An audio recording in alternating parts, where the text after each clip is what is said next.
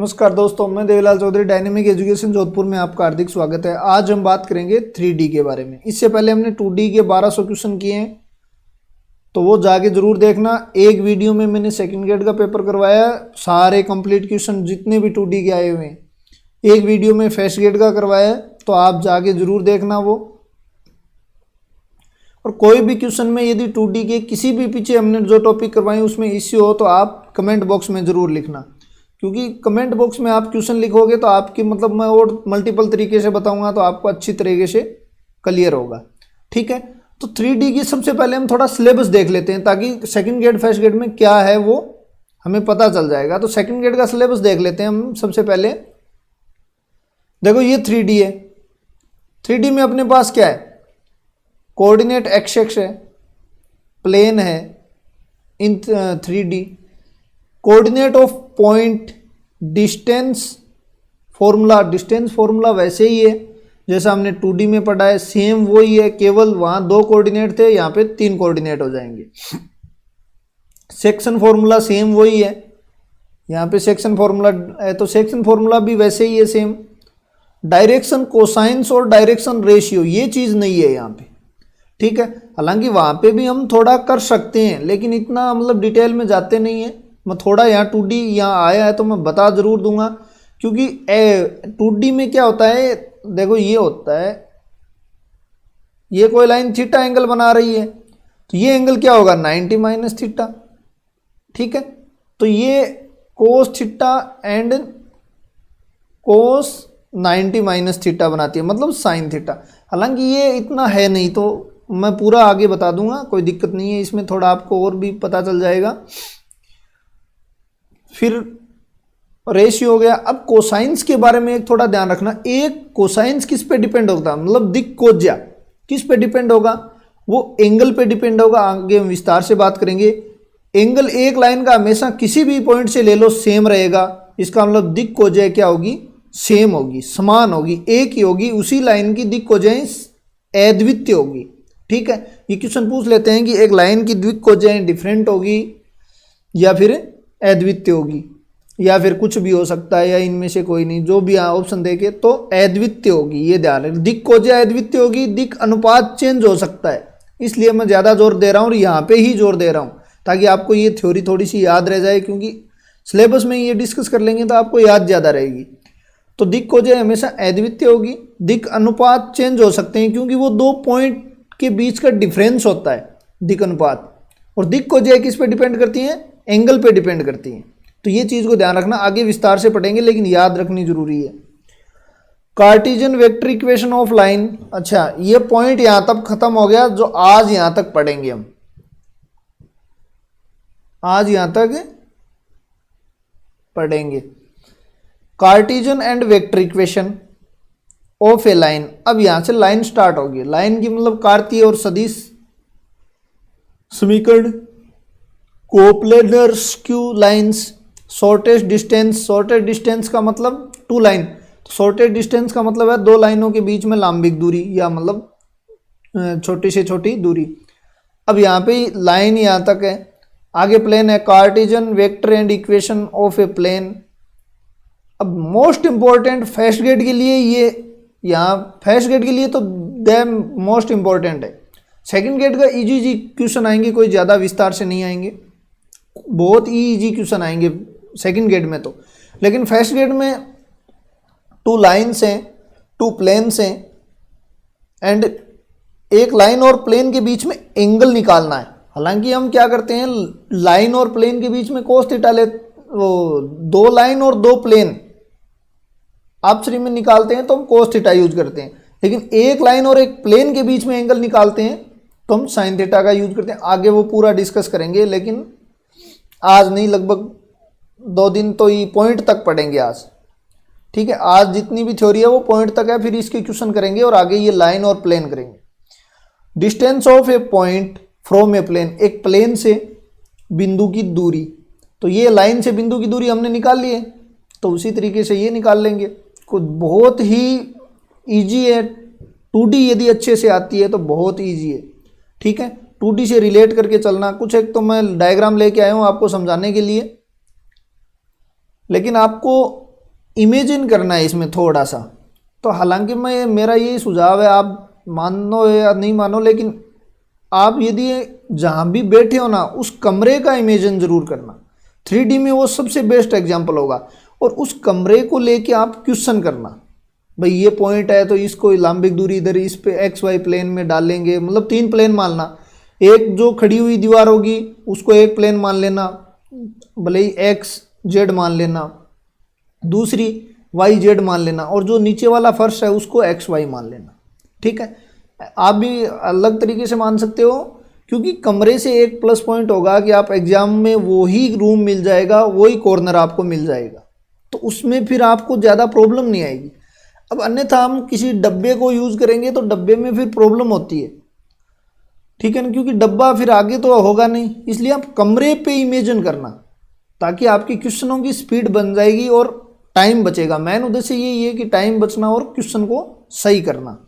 ठीक है, तो स्टार्ट करते हैं। अब देखो ये पॉइंट है, ये पॉइंट P मान लो। जैसे हमने 2D में नहीं माना था क्या पॉइंट P एक्स वाई, तो ये मूल बिंदु से ये O मूल बिंदु है 0 0 0। ठीक है, ये x पे दूरी और ये इधर y पे दूरी होगी। तो इसी प्रकार x y z में क्या मानोगे आप, x पे x दूरी इधर हो गई, फिर y x पे ये y दूरी यहाँ से भी ले सकते हो और यहाँ से भी ले सकते हो, ये y दूरी हो गई। ठीक है, और ये खड़ी दूरी क्या है, z दूरी हो गई, तो ये x y z। तो मूल बिंदु से देखो, अब ऊपर ये समझो आप कि आपको निकालना है पॉइंट एक्स वाई जेड। तो ये x, ये z हो गई आपकी, ये z है तो ये तो इजी है, कोई दिक्कत नहीं है। और ये y, अब इसको मिलाओगे तो ऐसे लेके आपको आना पड़ेगा, क्योंकि लंबिक दूरी आपने को लेनी है। तो ये आपका, और फिर ये पॉइंट यहाँ पे मैच हो जाएगा जो इसने अच्छे से दिखा रखा है। ठीक है, अब इसको दूसरे वर्ड में भी कर सकते हैं भाई। एक तो ये दूरी हो गई, ठीक है, एक्स एक्स। दूसरे वर्ड में इसको क्या कह सकते हैं, दूसरे वर्ड में एक्स कोऑर्डिनेट को क्या कह सकते हैं, एक्स कोऑर्डिनेट किससे दूरी है, ये देखो, ये तो जेड और ये वाई है, तो इसको कौन सा प्लेन कहेंगे, इसको कौन सा प्लेन कहेंगे, वाई जेड। तो मतलब ये पॉइंट वाई जेड प्लेन से दूरी है, तो वाई जेड प्लेन से डिस्टेंस हो जाएगी, एक्स का कोऑर्डिनेट वाई जेड प्लेन से डिस्टेंस। ठीक है, वाई का कोऑर्डिनेट यहां पे है, तो ये प्लेन कौन सा है अपना, ये प्लेन था एक्स जेड है, और ये पॉइंट किससे लंबिक दूरी है, एक्स जेड से। तो वाई का कोऑर्डिनेट क्या हो जाएगा, एक्स जेड प्लेन से डिस्टेंस, एंड फिर ये नीचे एक्स वाई पॉइंट है और ऊपर जेड है, ये पॉइंट मान लो आप जेड। तो ये दूरी इस नीचे वाले प्लेन से है, तो इसलिए आपको फर्श मान के चलोगे ना, तो आपको अच्छे से समझ में आ जाएगा कि पूरा एकदम मतलब एकदम क्लियर हो जाएगा, और एग्जाम में भी आपके अच्छे से समझ में आ जाएगा। तो जेड कोऑर्डिनेट क्या हो जाएगा, एक्स वाई प्लेन से डिस्टेंस हो जाएगी। ठीक है, अब 3D क्यों कहते हैं कि 3 एक्स एक्स होते हैं, 2D इसलिए कहते हैं कि 2 एक्स एक्स होते हैं। तो ये एक्स वाई जेड के हमने डिस्कस कर लिया, ये आप सभी को आइडिया भी होगा। हम प्लेन की बात करते हैं, देखो इसमें 3 ही प्लेन होते हैं। प्लेन कौन कौन से होंगे, पहला एक्स वाई, दूसरा वाई जेड, एंड तीसरा एक्स जेड। ठीक है, अब समतलीय क्या होता है, एक चीज समतलीय की ओर आ गई।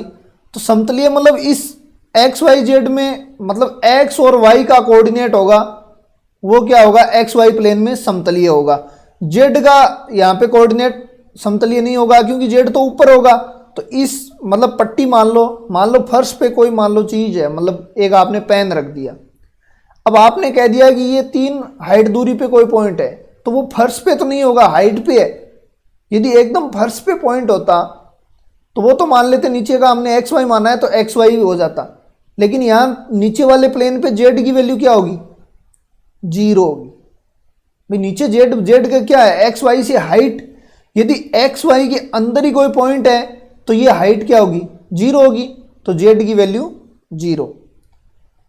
ठीक है, वाई जेड, वाई जेड को मैं वाई और जेड तो मैं लिख दिया इसको। अब एक्स की क्या होती है, वाई जेड से डिस्टेंस, हमने पढ़ा है कि एक्स कोऑर्डिनेट क्या होता है, वाई जेड से, वाई जेड प्लेन से डिस्टेंस। भाई वाई जेड प्लेन में ही कोई पॉइंट होगा, मान लो इसकी, तो इससे एक्स दूरी तो क्या होगी, मान लो यहां पे कोई पॉइंट है तो ये दूरी तो 0 होगी, तो एक्स का क्या हो जाएगा, 0। ठीक है, x z plane, x z में ध्यान रखना एक्स और जेड, समस्या किसकी रही, वाई की, तो वाई 0 हो जाएगा। तो ये एक एक चीज आप इस प्लेन से भी समझ सकते हो। और इक्वेशन की बात आ जाए कि एक्स वाई प्लेन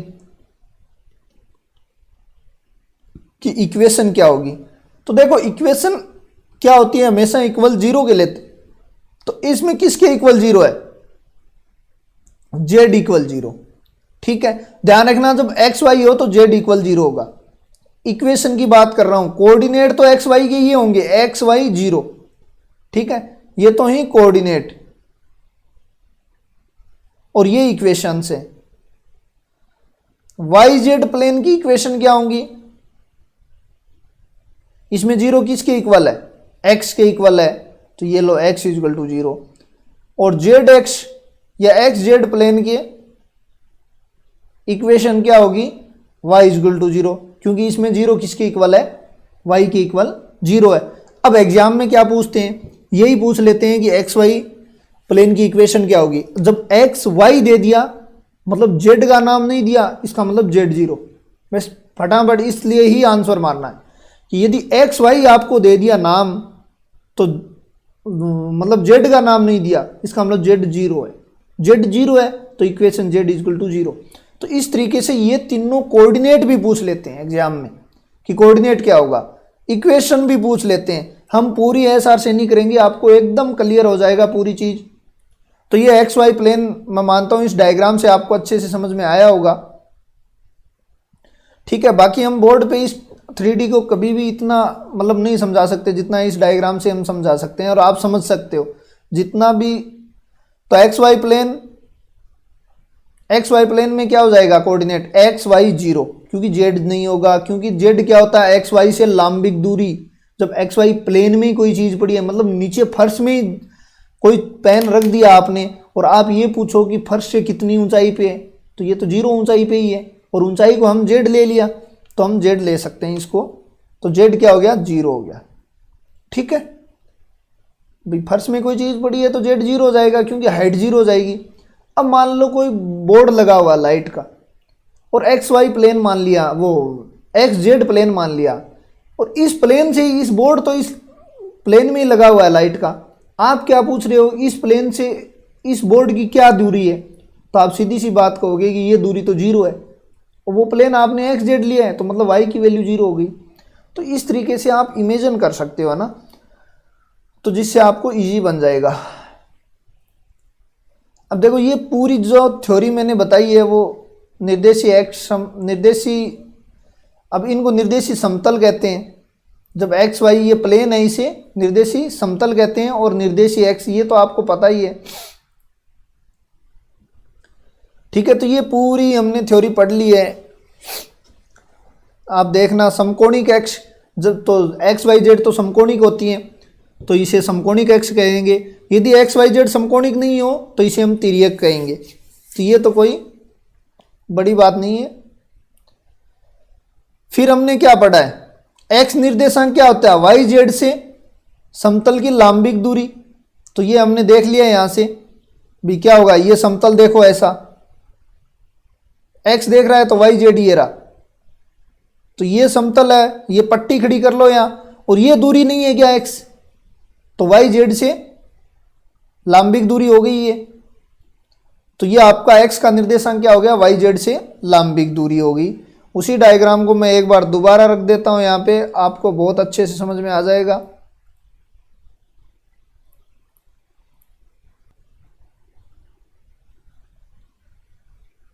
अब देखो ये क्या कह रहा है, x का निर्देशांक दोबारा देख लेते हैं हम। x का निर्देशांक क्या है, ये yz है, ठीक है, ये yz है। x का निर्देशांक तो यहाँ है, मतलब ये है, तो ये दूरी होगी, तो ये दूरी क्या है, yz से लांबिक दूरी है, तो ये देख लो yz से लांबिक दूरी मान ली हमने। फिर क्या कह रहा है, y का निर्देशांक, अब ये समतल कौन सा है, xz है, तो y का निर्देशांक तो मान लो ये है, तो ये क्या होगा, इससे लांबिक दूरी है कि नहीं है, ये इस समतल से लांबिक दूरी है कि नहीं है, तो इस तरीके से आप देख सकते हो ये लांबिक दूरी हो गई। तो y का निर्देशांक क्या होगा, xz से लांबिक दूरी, z का निर्देशांक xy से, भाई नीचे वाला हम क्या फर्श को क्या मान लो, फर्श को आप क्या मान लो, xy मान लो, तो इतने हाइट पे यदि कोई पॉइंट है तो वो लांबिक दूरी क्या हो गई, z का निर्देशांक हो गया, तो xy से लांबिक दूरी आपकी हो गई। अब देखो क्वेश्चन कैसे आते हैं, xy निर्देशीय समतल में स्थित कोई पॉइंट P है। अब xy समतल में ही कोई पॉइंट है तो z का तो 0 होगा या नहीं होगा, ठीक है, z का 0 होगा क्योंकि xy समतल में पड़ा है, और z तो क्या होता है, xy से लांबिक दूरी, तो समतल में नीचे ही कोई पेन पड़ा है तो लांबिक दूरी तो 0 होगी, तो z का तो 0 हो गया। इसका मतलब आप एक कोऑर्डिनेट तो आपको डायरेक्ट ही आ जाना चाहिए।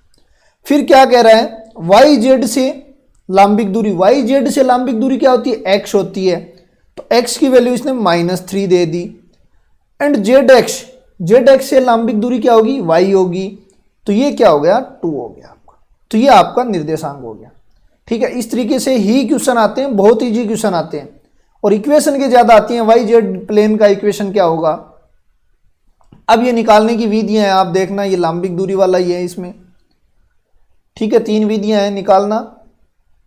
बाकी मेरा ये मानना है कि आप कमरे को मान के निकालना, बुकों को मत मानना। आप कमरा है ना, एग्जाम हॉल में मिल जाएगा आपको, तो उससे आप ज़्यादा अच्छी तरीके से इमेजिन कर सकते हो।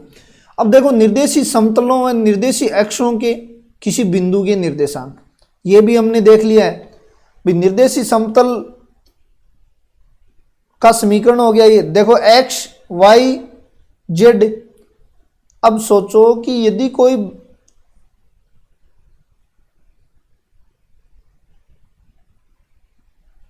ये लो आप, ये एक्स वाई जेड समझो आप। अब यदि x पे जैसे 2D में नहीं करते हैं क्या, x कोऑर्डिनेट में क्या होता है, ये x 0 होता है, और ये y का कोऑर्डिनेट 0 y होता है। इसी प्रकार इसको आपने y मानना है, इसको आपने z मानना है, और इसको आपने क्या मानना है, x मानना है। तो इसी लाइन पे यदि कोई कोऑर्डिनेट होगा तो वो x 0 0 होगा, यदि इस पे कोई कोऑर्डिनेट होगा तो 0 y 0 होगा, और ये 0 0 z होगा, ठीक है। तो ये तो आपके कोऑर्डिनेट, मूल बिंदु 0 0, ये आपको पता ही है। वाई जेड का समीकरण है ये, ठीक है ना, वाई जेड के समीकरण होंगी x इक्वल टू 0, ये हमने डिस्कस कर लिया है। वाई जेड एक्स का y 0, एक्स वाई का z 0। अब x x का क्या समीकरण होगा, देखो 2D में x x का क्या लेते हैं समीकरण, y इक्वल टू 0, लेकिन यहाँ पे 2 0 है, y 0 और z 0, तो ये दोनों इक्वेशन होंगी, ठीक है। दूसरा इसमें क्या 0 है, x 0 एंड y वो z 0, तो ये दोनों इसकी इक्वेशन हो जाएंगी। तो मैंने कहा इक्वेशन वो होगी जिसके इक्वल 0। देखो एक चीज़ हमेशा ध्यान में रखना, कभी भी इक्वेशन हमने पढ़ी है इतनी, और पर्टिकुलर वो इक्वेशन है वो टॉपिक पढ़ा नहीं है, नहीं तो मैं बता देता, ये कभी भी इक्वेशन नहीं है, ये कभी भी आपकी इक्वेशन नहीं है। ये इक्वेशन बनेगी, अब ये बनाएगा इसको इक्वेशन, ठीक है, ये बनाएगा इसको इक्वेशन, ये बनाएगा इसको इक्वेशन, समझ में आ गई बात। तो ये इक्वेशन कब बनेगी, जब आप 0 का यूज करो।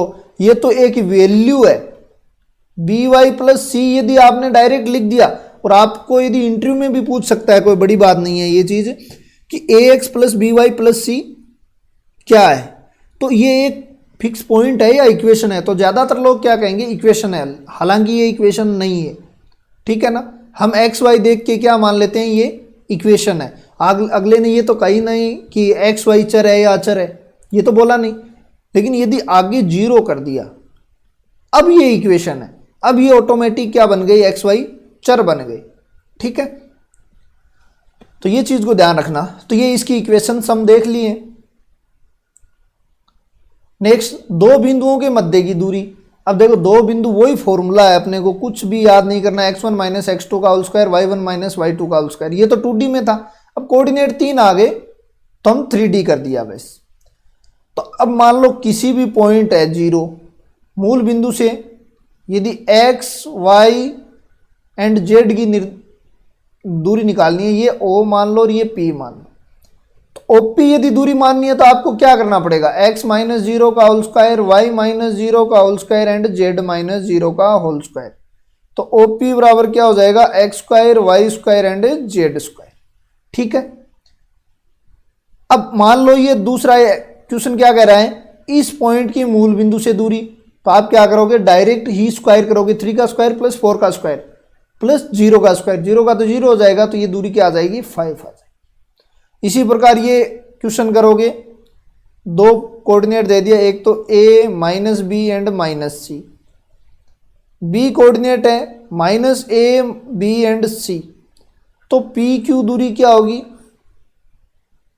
देखो a प्लस a का होल स्क्वायर, ठीक है, माइनस बी का होल स्क्वायर माइनस सी का होल स्क्वायर। तो ये कुल मिला के आपका बन जाएगा 2√a square plus B square plus C square. हालांकि दूरी कम ही पूछते हैं, आपको पूछेंगे एक्स वाई जेड प्लेन की इक्वेशन क्या होगी, इस टाइप के क्वेश्चन थोड़े बनते हैं।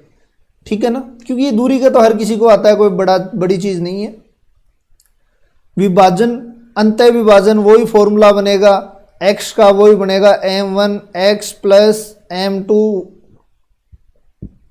x2 upon m1 plus m2, m1 y1 plus m अच्छा इसको वैसे उल्टा लिख दिया गया मैंने, वो कोई बात नहीं है, ये तो आगे पीछे लिख सकते हैं, y1 upon m1 plus m2। अब इसमें z आ जाएगा बस, और z का क्या हो जाएगा, m1 z2 plus m2 z1 upon m1 plus m2 हो जाएगा। ये आपका z का निर्देशांक हो गया। इतना सा ही फर्क है, ये डिफरेंस चलेगा, सेम 2D चलेगी, इसलिए मैंने 2D के इतने क्वेश्चन करवाए। ये अंतः विभाजन का हो जाएगा। ठीक है, मध्य बिंदु के निर्देशांक वही होंगे, x1 plus x2 by 2, y1 plus y2 by 2 and क्योंकि यहाँ m1 रेशियो m2 रेशियो क्या हो जाएगा, 1:1 हो जाएगा। ये छोटी छोटी चीजें, इसमें थोड़ा फास्ट चलेंगे। व्यापक मैंने कहा कि 1 लेमडा मत मानना कभी भी, लेमडा अनुपात 1 मानना। ठीक है, अब देखो हमने एक चीज की थी 2D में। 2D में क्या किया था कि दो पॉइंट को, ठीक है, ये दो कोऑर्डिनेट दे दी, x किस अनुपात में विभाजित करेगा, आपको कह दे कि x किस अनुपात में विभाजित करेगा या y किस अनुपात में विभाजित करेगा। थोड़ा प्रैक्टिकली देख लेते हैं, आपको इजी समझ में आ जाएगा। ठीक है, थोड़ा प्रैक्टिकली ही देख लेते हैं हम। 2D में हमने पढ़ा, एक पॉइंट ये ले लिया और एक पॉइंट ये ले लिया हमने, ये पॉइंट P था और ये पॉइंट Q था। मैंने कह दिया कि ये x है, ये इसको किस अनुपात में विभाजित करेगी, तो ये किसका कोऑर्डिनेट लूं भाई मैं, y का कोऑर्डिनेट ही तो है, ये इस और इस अनुपात में विभाजित करेगी, इसका मतलब माइनस y1 अपॉन y2। ठीक है, माइनस इसलिए लगाया कि ये माइनस में आएगा कोऑर्डिनेट, ठीक है, इसलिए हमें माइनस लेके आना पड़ा। तो ये y1 माइनस y2 कब, जब x कर रहा है विभाजित। इसी प्रकार दो पॉइंट यहां मानो y करेगा, इस अनुपात में ये दूरी क्या होती है, x1 और x2 होती हैं, ये दूरी x1 है और ये x2 मान लो, तो माइनस x1 अपॉन x2 में विभाजित करेगा। अब यहाँ पे क्या होगा, लाइन नहीं होगी, यहाँ पे एक समतल विभाजित करेगा। ठीक है भाई, समतल से ऊपर क्या होगा, समतल से ऊपर तो z पॉजिटिव में होगा, लेकिन समतल से नीचे z क्या होगा, z नेगेटिव में होगा। तो जब भी एक्स वाई समतल इसको किस अनुपात में विभाजित करेगा, तो वो अपने को देखना है। तो वो क्या हो जाएगा आपका, वाई जेड है, तो इसका डिफरेंट होना चाहिए, वाई जेड है तो एक्स होना चाहिए, minus x one upon x two, z x minus Y one upon y two, x y minus z two upon z one upon Z two हो जाएगा। ठीक है ना, सेम वही है, कुछ नहीं है। यहाँ पे देखो अपने इजी कर सकते हैं क्योंकि 2D में बोर्ड होता है। तो ये y नेगेटिव हो गया, ऊपर पॉजिटिव हो गया, किस अनुपात में विभाजित करा, x x ने विभाजित कर दिया। इसी प्रकार x y ने आपने को फर्श ने माना है, फर्श से ऊपर जो बिल्डिंग बनी हुई है वो z पॉजिटिव होगा, लेकिन जो नींव में नीचे गई है ना वो क्या होगी, z नेगेटिव होगी। ठीक है, तो ये ऊपर वाले और नींव वाले, नींव में मतलब फर्श से नीचे कोई पॉइंट है उसको किस अनुपात में विभाजित करेगा, तो आप ये देख सकते हैं। तो एक्स वाई किस अनुपात में विभाजित करेगा, z one upon Z two में करेगा। ठीक है, इसी प्रकार एक दीवार ले सकते हैं आप, तो दीवार से उधर दूसरा रूम है, इधर दूसरा रूम है, मतलब इधर एक पॉइंट ले लिया हमने और उधर भी एक पॉइंट ले लिया, दीवार को हमने वाई जेड मान लिया है। तो ये निर्देशांक किसके होंगे, वाई जेड तो ये प्लेन हो गया, लेकिन ये जो लंबिक दूरी के जो कट रहे हैं तो ये एक्स के होंगे। तो वाई जेड का में क्या आ जाएगा, एक्स वाई का अनुपात आ जाएगा। ठीक है, नेक्स्ट देखो भाई, अंत विभाजन का ये क्वेश्चन है, कर सकते हो आप, कोई दिक्कत नहीं है। 1 2 3 हो गया, 2 3 4 फॉर्मेलिटी के लिए मैं कर देता हूं, बाकी जरूरी तो नहीं है ऐसे क्वेश्चन करने के लिए। तो x का निर्देशांक क्या हो जाएगा, 2, 1 into two plus 2 into 1 upon 1 plus 2। y का निर्देशांक क्या हो जाएगा, 3 प्लस डॉट 1 प्लस का 2 डॉट 2 अपॉन 3, और z का निर्देशांक क्या हो जाएगा आपका 4 प्लस 2 रूट 3 अपॉन 3। ठीक है, तो ये आप कैलकुलेशन करना, इसी प्रकार बाह्य विभाजन करना, माइनस लगा देना, बस बाह्य विभाजन हो जाएगा।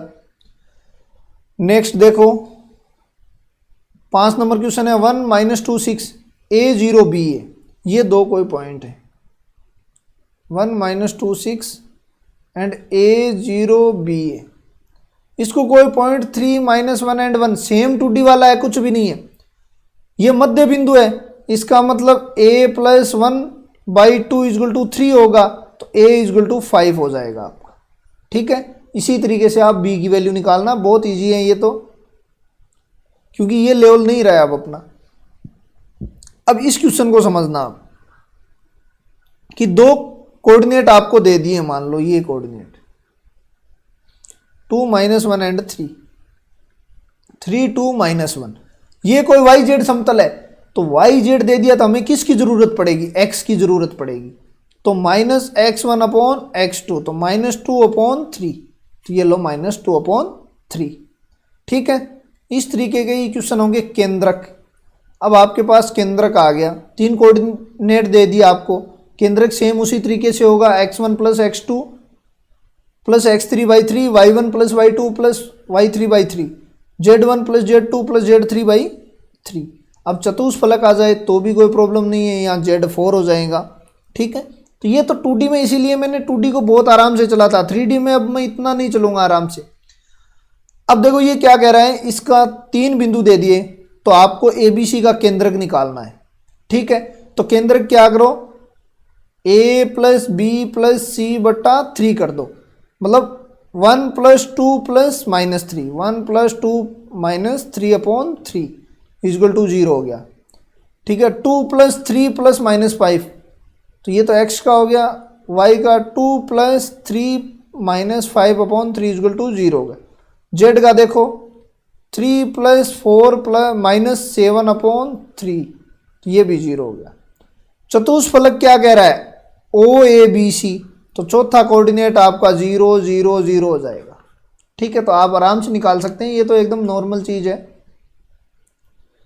केवल इसका बेसिक समझना जरूरी है। देखो समतल का बेसिक समझना बहुत जरूरी है, वहीं से ही क्वेश्चन आ जाते हैं। ठीक है ना, ये क्वेश्चन नहीं पूछेंगे और ये कोई नहीं गलत करेगा, क्वेश्चन आ भी गया तो आपके कोई काम का नहीं है, आपके क्वेश्चन वो ही काम का होगा जो बाकी लोग गलत करेंगे और आप सही करोगे। बाकी तो देखो 50-60 क्वेश्चन तो सारे ही अटेंड करते हैं, तो वो क्वेश्चन तो किसी के काम के नहीं होते। दो समतलीय रेखाओं के मध्य कोण का हम भली भांति, देखो ये ठीक है परिचित हैं, दो रेखाएं समतलीय होनी आवश्यक नहीं है, ऐसी विषमतलीय या स्क्यू रेखाएं देखो जब दो रेखाएं समतलीय, मतलब जब दो रेखाएं एक्स वाई प्लेन में होंगी, मतलब एक्स वाई ही मान लो आप, 2D मान लो, एक्स वाई में होंगी, मतलब जेड का दोनों का कोऑर्डिनेट 0 होगा। मान लो एक रेखा है कोई 2 1 0 से जा रही है, दूसरी 3 2 0 से जा रही है, ये रेखा है, तो ये एक्स वाई प्लेन में है, ठीक है, एक्स वाई प्लेन में है। नहीं, ये एक रेखा होगी। दूसरी रेखा देखो, दूसरी रेखा हम मान लेते हैं 4 2 0 एंड 5 3 0, ये दूसरी रेखा है। तो ये दोनों देखो 0 0 है, इसका मतलब ये एक्स वाई प्लेन में दोनों, तो ये समतलीय होगी। अब मान लो एक रेखा दे दिया आपको 0 2 4 दे दिया, और दूसरा 0 1 3 दे दिया, तो ये कौन से प्लेन में होगी? ये वाई जेड प्लेन में होगी। अब इस और इस रेखा की यदि तुलना करोगे तो ये विषमतलीय होंगी, क्योंकि ये तो एक्स वाई प्लेन में और ये वाई जेड प्लेन में। तो आप क्या कर सकते हो, ये विषमतलीय रेखाएं रेखा होगी जो किसी बिंदु की इन रेखाओं की। तो ये थ्योरी आप पढ़ लेना। अब बात आती है दिक्कोजय, मोस्ट इंपॉर्टेंट टॉपिक है, ठीक है। दिक्कोजय क्या है? मोस्ट इंपॉर्टेंट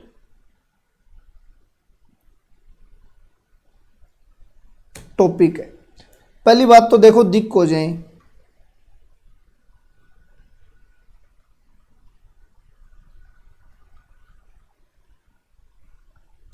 बहुत ही आराम से समझेंगे इस टॉपिक को।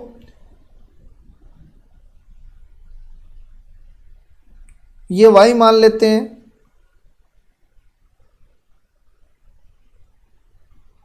ये एक्स हो गया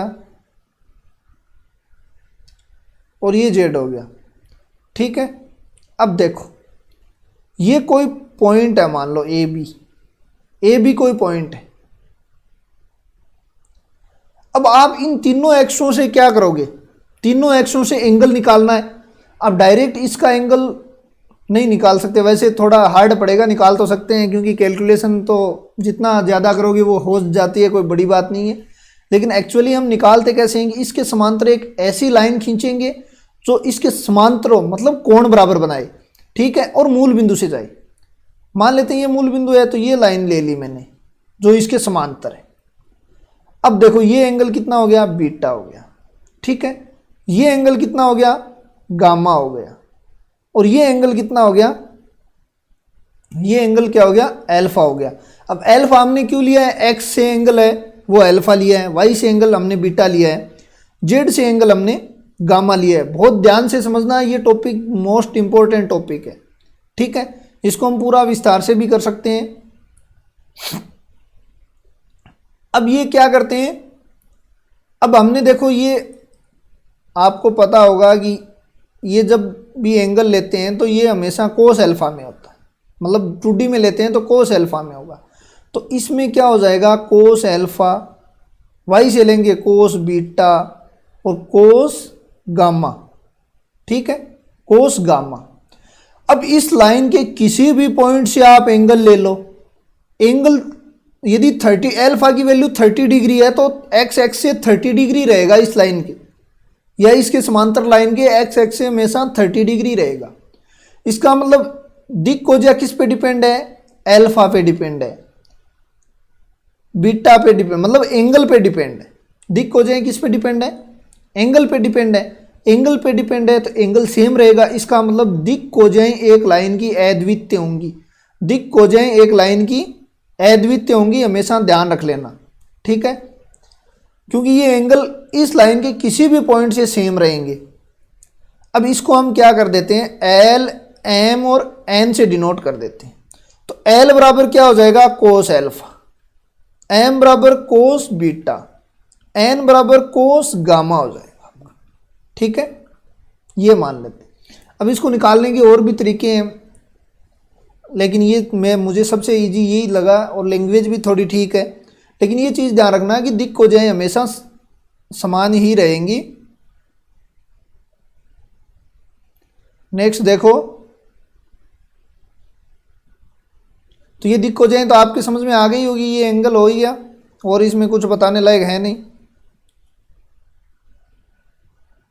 हाँ, अब देखो एल्फा की वैल्यू क्या होगी भाई, 0 से लेके पाई के बीच में होगी। ठीक है, 0 से लेके पाई के बीच में, क्योंकि एक लाइन तो हमेशा 0 से पाई बनाती है। इसी प्रकार बीटा, ठीक है, और इसी प्रकार गामा हो जाएगी। ये चीज़ें तो वैसे कोई ज़्यादा इंपॉर्टेंट नहीं है। दूसरी बात, एक चीज़ और समझो यहीं पे, देखो ये तो हमने ए बी लिया, मतलब डायरेक्शन ये लिए। अब हमें बी ए निकालना हो, लाइन यही बी ए निकालना हो, वापिस डायरेक्शन चेंज करनी हो, यदि हमने डायरेक्शन ये कर दी बी ए, ये तो ए बी का हो गया। यदि हमने बी ए कर दिया, मतलब डायरेक्शन को चेंज कर दिया, तो क्या हो जाएगा, यदि हमने डायरेक्शन चेंज कर दी बी ए, तो minus cos alpha minus cos beta minus cos gamma हो जाएगा। ठीक है, इस चीज़ को ध्यान रखना। तो इसको क्या लिख सकते हैं, pi minus alpha cos pi minus beta and cos pi minus gamma होगा। ठीक है, इस चीज़ को ध्यान रखना। थ्योरी बहुत इजी है। अब आपको पता है कि कोस की वैल्यू 0 से पाई के बीच में होती है, तो इसका मतलब दिक् कोजाएं किसके बीच में होंगी, 0 से पाई मतलब -1 से 1 के बीच में होगी दिक् कोजाएं की वैल्यू। तो हमेशा ध्यान रखना, ये भी क्वेश्चन बनता है, दिक् कोजाओं का मान होगा, ये प्रांत दे सकता है आपको भी, ये प्रेशर आपको दे सकता है, आप कर सकते हो।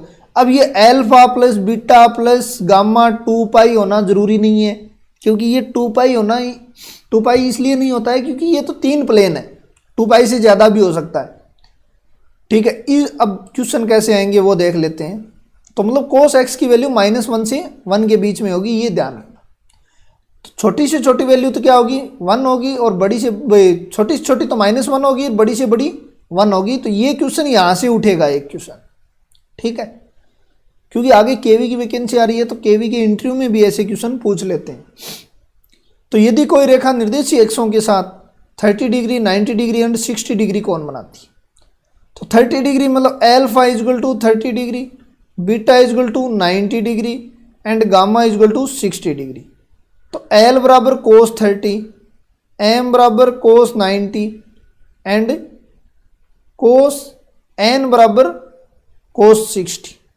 तो एल की वैल्यू कितनी हो जाएगी भी, √3/2, एम की वैल्यू 0, एन की वैल्यू 1/2। तो ये आपकी दिक् कोजाएं होगी √3/2, 0 और 1/2। तो यदि आपको एंगल दे दिया है तो इस तरीके से आप दिक् कोजाएं निकाल सकते हो। ये कोई ज़रूरी नहीं है इनका योग 2 पाई होना चाहिए, कम भी हो सकता है। अब देखो निर्देशीय अक्षों की दिक् कोजाएं। ठीक है, इंपॉर्टेंट चीज है ये कि निर्देशीय अक्षों की दिक् कोजाएं। ठीक है, तो मैं देखता हूं आपको समझाने की इसी डायग्राम से वापिस।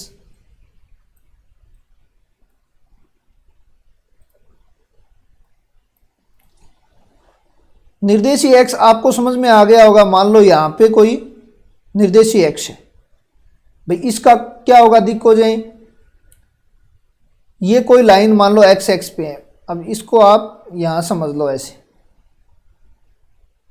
ठीक है, 2D के अकॉर्डिंग समझा रहा हूं, थोड़ा कोऑर्डिनेट चेंज करूंगा, आपको इजी समझ में आ जाए। इसको मैं एक्स मान लेता हूं, इसको मैं वाई मान लेता हूं, क्योंकि 2D में ये इजी से समझ में आ जाता है, और इसको मैं जेड मान लेता हूं। अब यहां पे कोई लाइन है, मतलब ये लाइन है, एक्स एक्स से कितना कोण बना रही है भाई, एक्स एक्स ही लाइन है कोई भाई। एक्स एक्स क्या लाइन होती है, y equal to 0, z equal to 0। तो इसके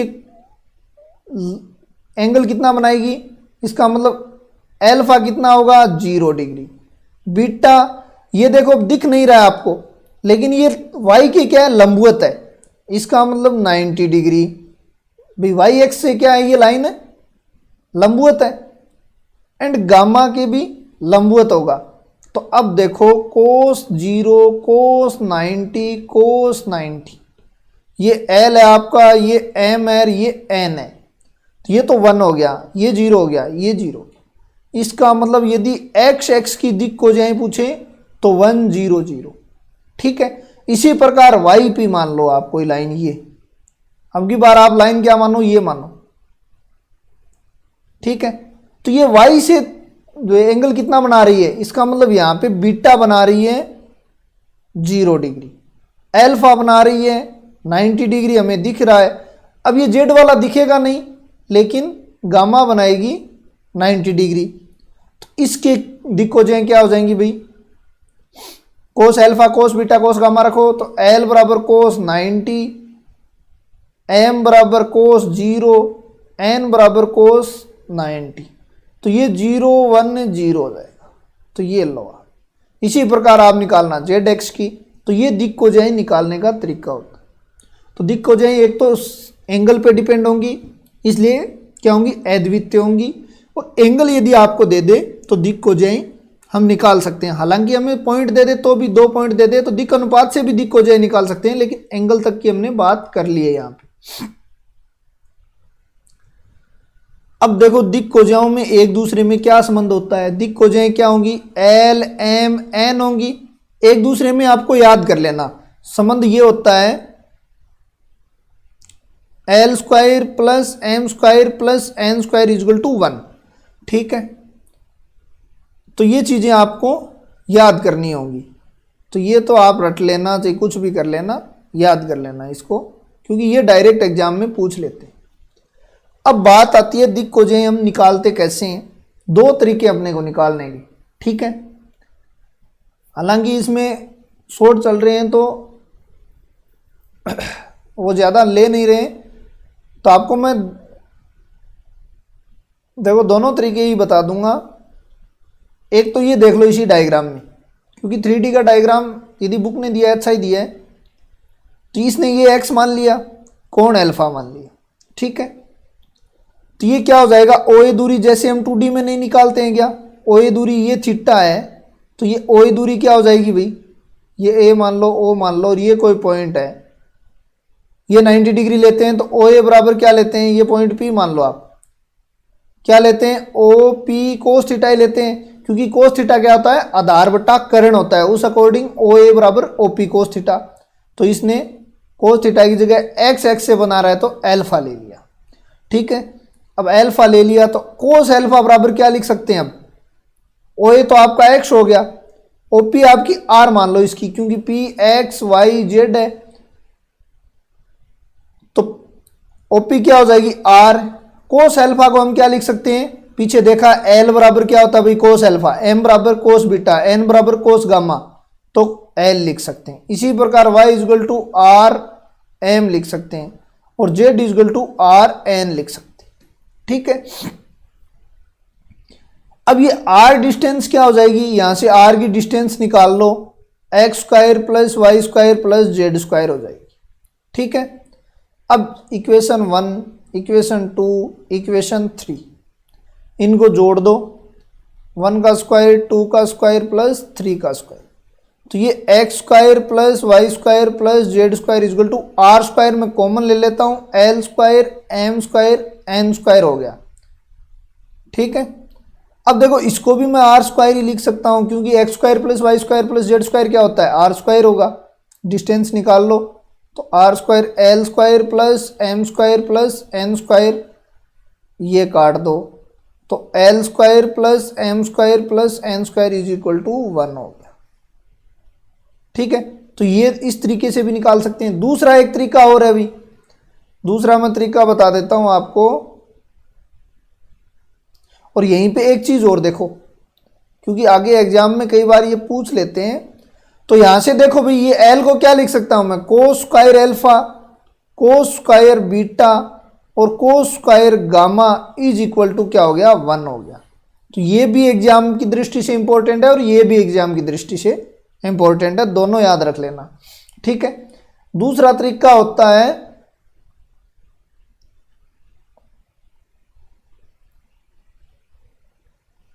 दूसरा तरीका देखो,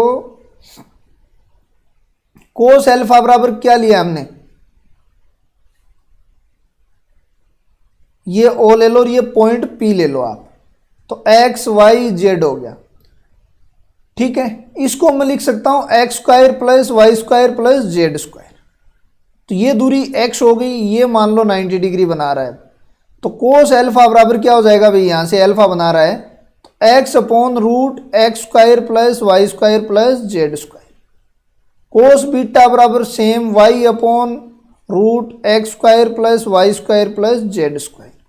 कोस गामा बराबर क्या हो जाएगा, Z upon X square plus Y square upon Z square का रूट। ठीक है, अब क्या कर दो, तीनों को जोड़ के स्क्वायर करके जोड़ दो। Equation 1, equation 2, equation 3। 1 का स्क्वायर प्लस 2 का स्क्वायर प्लस 3 का स्क्वायर। ये कोस अल्फा समझ में तो आ गया ना, ये अल्फा है, कोस क्या आता है, आधार बटा कर्ण। तो ये क्या हो जाएगा, cos square alpha cos square beta cos square gamma is equal to x square. नीचे तो देखो ये स्क्वायर करोगे तो x square plus Y square plus Z square तो आ जाएगा लघुत्तम आपका, y square plus Z square ये कटेगा, आगे आएगी 1। तो सेम वही चीज आ गई आपके पास, cos square alpha cos square beta cos square gamma is equal to 1। ठीक है, अब यहां से कई चीजें पूछ लेते हैं। देखो, एक तो आपके पास आ गई l square plus M square plus N square is equal to 1। दूसरी 1 माइनस साइन स्क्वायर एल्फा लिखो, इसको 1 minus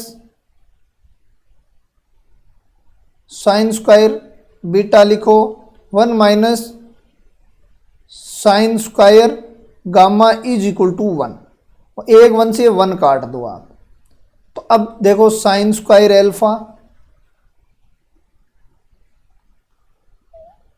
and sine square beta sine square gamma is equal to कितना हो जाएगा भाई, 2 हो जाएगा क्या? ये भी पूछ सकते हैं। अब इसकी एक प्रॉब्लम और है, ये क्या करेगा, कोस 2 अल्फा कोस 2 बीटा और कोस 2 गामा भी पूछ सकता है, कोई बड़ी बात नहीं है। तो यहां से कई क्वेश्चन बनते हैं। कोस स्क्वायर एल्फा को मैं क्या लिख सकता हूं, कोस 2 अल्फा माइनस 1/2 लिख सकता हूं। तो इस तरीके से आप इसको भी बना सकते हो।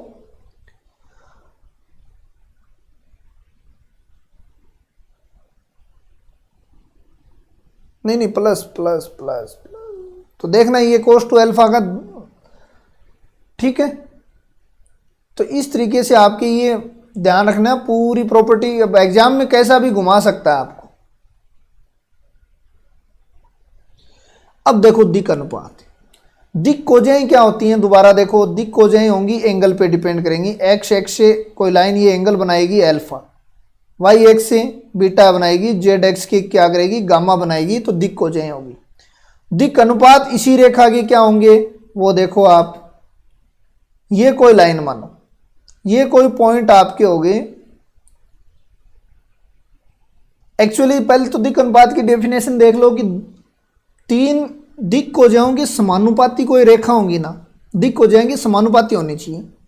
उसे कोई भी मतलब 3 संख्याएं लेंगे, एल के समानुपाती ए लेंगे, एम के बी और एन के सी लेंगे। तो जो भी कोई भी संख्या आप ले सकते हो वो क्या होंगे, होनी समानुपाती चाहिए, उसे ही हम दिक् अनुपात कहेंगे। ठीक है, तो दिक् अनुपात हम ए बी से डिनोट करते हैं। ये देखो समानुपाती इसने ले लिया, तो A upon L B upon M C upon N बराबर क्या हो गया, ये इक्वल होगा। और यहाँ से एल एम एन की वैल्यू इसने निकाल सकते हैं क्योंकि इसने स्क्वायर करके जोड़ा है। ठीक है, तो इसको इस फॉर्म में लेके आए, फिर स्क्वायर करके जोड़ा, तो L square plus M square plus N square तो क्या हो गया, 1 हो गया। और नीचे root A square plus B square plus C square क्या हो गया। यहां से फिर एल की वैल्यू निकाल ली, ए इधर आ जाएगा, एल बराबर क्या आ जाएगा, plus minus A square plus B square plus C square है। तो आप देख सकते हो, देखो दिक् अनुपात क्या होंगे, दिक् हो जाओगे समानुपाती होंगे। देखो एल के समानुपाती ए होगा, एम के समानुपाती बी होगा, एन के समानुपाती सी होगा। इसको मैं क्या लिख सकता हूँ, l upon a m upon b और एन अपॉन सी लिख सकता हूँ। ठीक है, इसी को मैं स्क्वायर करके जोड़ दिया तो ऊपर क्या हो जाएगा, l square m square n square. अनुपात बराबर है, ए और एल बराबर होना आवश्यक नहीं है, ये नीचे क्या हो जाएगा ए स्क्वायर प्लस बी स्क्वायर, ये प्लस माइनस में आएगा, ठीक है ना, सी स्क्वायर। अब यहाँ से एल की वैल्यू निकालो, प्लस माइनस ए अपॉन ये तो 1 हो गया, root A square plus B square plus C square. M की value plus minus B upon root A square plus B square C square, N upon plus minus C upon root A square B square and C square. तो इस तरीके से ये L M N आप दिक अनुपात दे दें तो आपको एल एम एन इस तरीके से निकालना है, क्योंकि दिक अनुपात की तो डेफिनेशन ही यही होती है कि दिक को जाओगे समानुपाती तीन संख्याएं, तीन दिक हो जाए, तीन समानुपाती नंबर ले लो आप, वो ही इसके दिक अनुपात होंगे। नेक्स्ट देखो, अब देखो दिक अनुपात की संख्या अद्वितीय नहीं होती, बिल्कुल सही बात है। दिक अनुपात तो एक पॉइंट पे निर्भर करेगी, तो ये कभी भी अद्वितीय नहीं होता, जबकि द्विकोजाएं अद्वितीय होंगी उसी रेखा की। ये मैं बार बार कह रहा हूं कि दिक्कोजाएं क्या होगी, अद्वितीय होगी, क्योंकि वो रेखा X X Y X Z X से उस रेखा के किसी भी पॉइंट से एंगल ले लो सेम रहेगा, तो दिक्कोजाएं तो हमेशा सेम रहेगी, ठीक है। अब देखो आर बराबर एक्स वाई जेड के हैं, तो दिक अनुपात क्या हो जाएगा, एक्स वाई जेड हो जाएंगे। अब देखो क्वेश्चन कैसे आता है, आपको दिक अनुपात दे दिया, ए बराबर 1 दे दिया, बी बराबर 2 दे दिया, सी बराबर 3 दे दिया। दिक कोजाएं निकालनी है, दिक कोजाएं एल बराबर plus minus A upon root A square plus B square plus C square, plus minus 1 upon root A square plus B square plus C square. M क्या होता है, plus minus B upon root A square plus B square plus C square, तो 2 upon root, अच्छा यहां पे value रखो भाई, ए square B square की वैल्यू नहीं रखी क्या,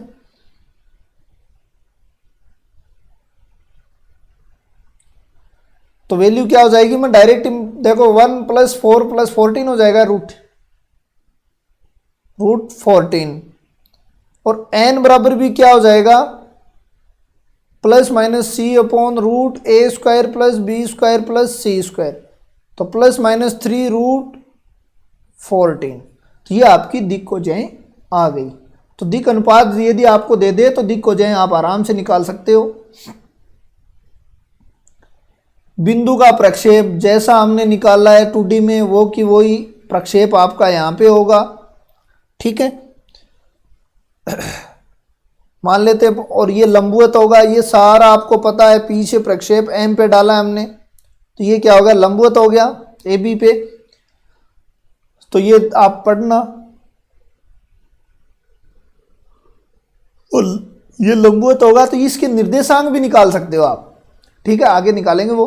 तो निर्देशीय एक्सों पर प्रक्षेप बिंदु क्रम से क्या होंगे, अब देखो एक्स एक्स पे यदि प्रक्षेप डाल रहे हो तो कोऑर्डिनेट x 0 0 होगा, क्योंकि एक्स एक्स पे तो यही होगा, वाई एक्स पे डाल रहे हो तो ये हो जाएगा, और जेड एक्स पे यदि प्रक्षेप डाल रहे हो तो ये होगा, क्योंकि जेड एक्स पे तो जेड एक्स पे क्या होता है, एक्स वाई की वैल्यू 0 होती हैं, तो केवल जेड की वैल्यू ही वेरी करती हैं। तो मान लो आप, ये आपकी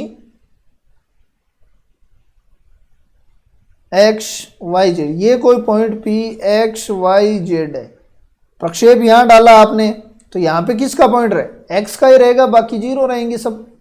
ये वाई मान लो, यहाँ पे 0 0 वाई रहेगा, और अब ये थोड़ा सा प्रॉब्लम आएगी, ये दिखेगा नहीं आपको, लेकिन ये भी 90 डिग्री है, जेड हो जाएगा, ठीक है। नेक्स्ट देखो, अब है, ये तो पॉइंट का प्रक्षेप था, ठीक है, पॉइंट का प्रक्षेप हमने निकाल लिया एक्स एक्स का। अब प्रक्षेप है रेखा का, ठीक है। अब रेखा मान लो ये रेखा है, और यहां पे आपकी कोई दूसरी रेखा या समतल मान लो, ए बी कोई समतल मान लो। अब इस रेखा के ऊपर से आप बल्ब लगाओगे ना, तो ये रेखा, थोड़ी सी छोटी कर लेता हूं मैं इसको,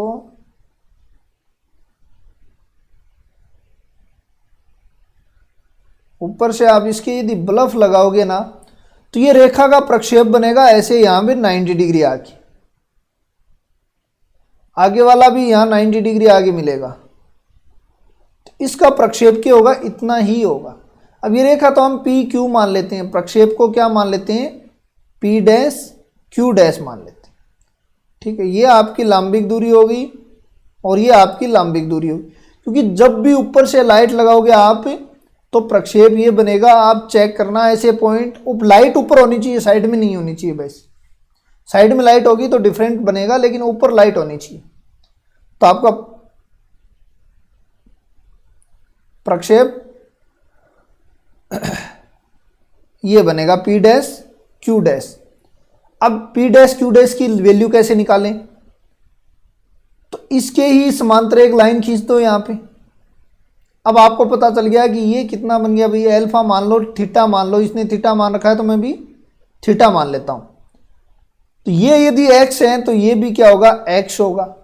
ठीक है, ये पी क्यू है, तो पी डैश क्यू डैश दूरी आपको निकालनी है, तो कोस में पी डैश क्यू डैश बराबर पी क्यू कोस थीटा हो जाएगा, पी क्यू कोस थीटा हो जाएगा आपका। तो ये आपकी आ गई। अब देखो ये आधार है और ये कर्ण है, तो पी क्यू कोस थीटा हो ही जाएगा। ये दूरी पी क्यू मान ली और ये दूरी पी डैश क्यू डैश मान ली हमने। ठीक है, तो ये प्रक्षेप की आपकी लंबाई हो गई। नेक्स्ट देखो, ये कोई रेखा है, मान लेते हैं ये कोई पॉइंट P1 2 एंड 3 रेखा है। Q क्या हो गया, -1 0 एंड 1 हो गई। ठीक है, इस लाइन पे कोई प्रक्षेप डाल रहा है यहां पे P डैश Q डैश हो गया। अब इसके समांतर में लाइन खींच ली, तो ये एंगल कितना दे दिया आपको, 30 डिग्री। ठीक है, ये कितना हो गया, 30 डिग्री। तो P डैश Q डैश बराबर क्या होगा, PQ कोस 30 डिग्री। एक दूसरा तरीका भी है, वो दिक हो जाए, दिक अनुपात से निकालते हैं, वो मैं बाद में बताऊंगा।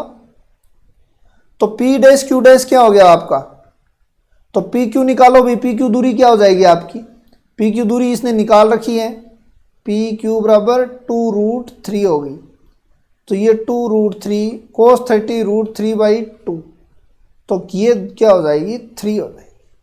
ठीक है, तो ये क्या हो जाएगी, 3 आपकी वैल्यू आ गई, P डैश Q डैश की वैल्यू या प्रक्षेप की लंबाई। तो इसे ही हम क्या कहेंगे, प्रक्षेप की लंबाई कहेंगे, P dash Q dash. Next देखो, दो बिंदुओं को मिलाने वाली दिक को जाएं, मिलाने वाली रेखा की दिक को जाएं। अब दो बिंदु, अब देखो डायरेक्ट दिक को जाएं तो कैसे निकाल सकते हैं, जब आपके पास कोई अल्फा दे दे, कोई एंगल दे दे, तो हम डायरेक्ट दिक को जो निकाल लेंगे कोस के साथ एंगल को लगा के। लेकिन जब पॉइंट दे दे तो हम क्या करना है, और जब एक पॉइंट दे दे तो दिक अनुपात देगा, उससे हमने देख लिया। पहले तो हमने दिक को जो एंगल से देख लिया, फिर दिक अनुपात से देख लिया, फिर हमने दिक को जो 2 पॉइंट से देखना।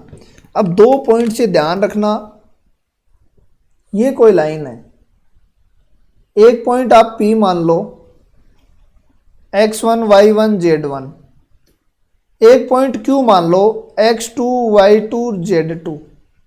ठीक है, अब आपको चाहिए P दिक अनुपात, दिक अनुपात। दिक अनुपात क्या होगा भाई, ध्यान रखना, इन दोनों का अंतर होगा x2 - x1, y2 - y1, z2 - z1। ये क्या होगा, दिक अनुपात। अब ये मान लो कोई दिक अनुपात आ गया, आप फिर तो आप दिक को जो निकाल सकते हो। तो दिक अनुपात, अब दिक को जो निकालनी है मेरे को, तो मैं क्या करूं, इसको A मानूं, इसको B मानूं और इसको C मानूं। L बराबर क्या होता है, A/√A² + B² + C²। तो प्लस माइनस A की वैल्यू क्या है, x2 - x1 रूट, अब देखो A² + B² + C², ये तीनों लिखना है, x2 - x1 का होल स्क्वायर, y2 - y1 का whole square plus z2 - z1 का होल स्क्वायर। अब ये तो PQ की दूरी है, इसका मतलब L बराबर क्या हो जाएगा, x2 - x1 अपॉन PQ। ठीक है, तो आप ऐसे ही PQ, फिर m निकालना है तो b लोगे, b का मतलब y2 माइनस y1, तो ये आ जाएगा, ये मान लो, ठीक है। इसी प्रकार फिर c लोगे तो ये z2 माइनस z1। अब देख लेते हैं क्वेश्चन कैसे आते हैं। ये 2 पॉइंट दे दिया आपको, 1 -1 एंड -3, -1 2 एंड 3। पहले तो दिक् अनुपात निकालना है, जब भी 2 पॉइंट दे दे पहले दिक् अनुपात फिर दिक् को जाए। और ये यहां से क्वेश्चन पूछता है, एक क्वेश्चन यहां से जरूर बनता है। दिक् अनुपात क्या हो जाएगा, x2 minus x1, y2 minus y1 and z2 minus z1। अब देखो x2 क्या है, -1 -1, y2 क्या है 2 माइनस माइनस +1, 3 प्लस 3 हो गया तो -2 3 एंड 6। तो ये तो आपका दिक् अनुपात है। अब आपको निकालनी है दिक् कोज्या।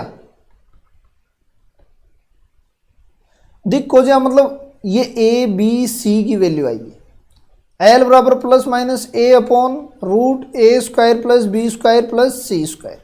इसका मतलब प्लस माइनस माइनस का 2 अपॉन 36, ये 7 हो गया क्या, 7। m बराबर plus minus 3 upon 7 and n बराबर प्लस माइनस 6 अपॉन 7, ठीक है। तो इस तरीके से आप दिक् को जाए। ये क्वेश्चन इंपॉर्टेंट जरूर है क्योंकि इससे ऑप्शन बन गया, पहले पोत आपको दिक् अनुपात देगा, आपको पूछेगा दिक् को जा, ठीक है। पहला ऑप्शन देगा दिक् अनुपात का, फिर दिक् को जा का देगा, तो आपको दिक् को जा का चूज करना है, दिक् अनुपात का लेकर, ठीक है। अब देखो 2 रेखाओं के मध्य एंगल क्या होगा। 2 रेखाएं हैं,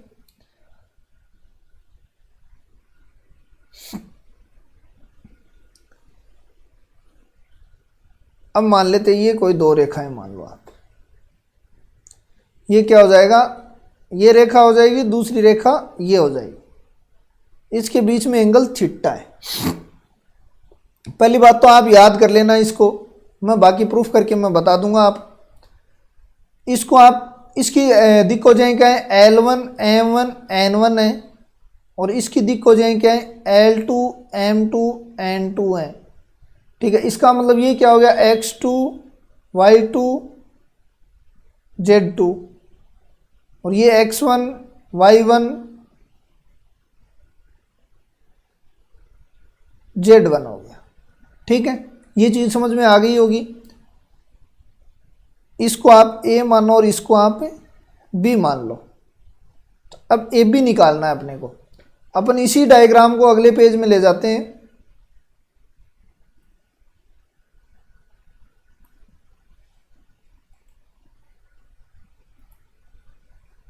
ताकि आपको अच्छे से समझ में आ जाएगा।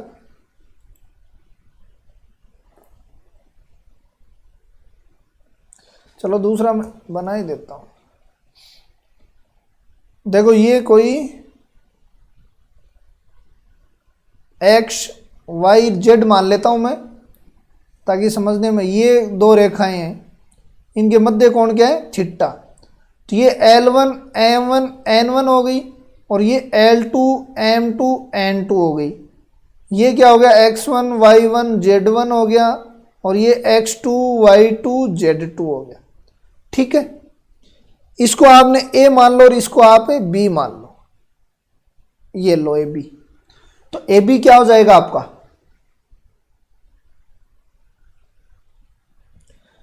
ab दूरी निकालोगे तो क्या बन जाएगा,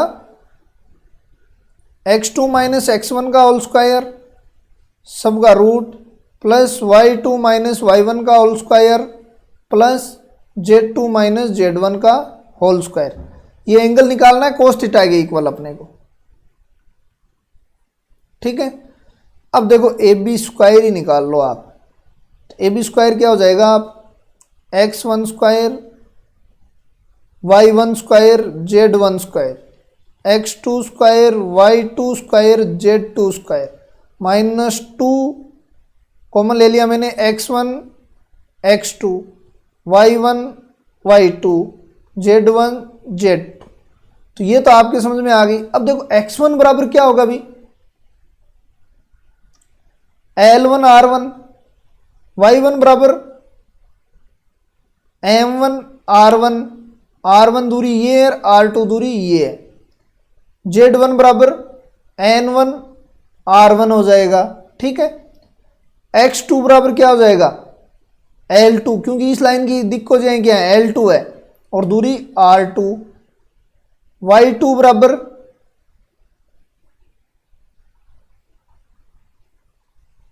m2 r2 और z2 बराबर n2 r2 हो जाएगा, ठीक है।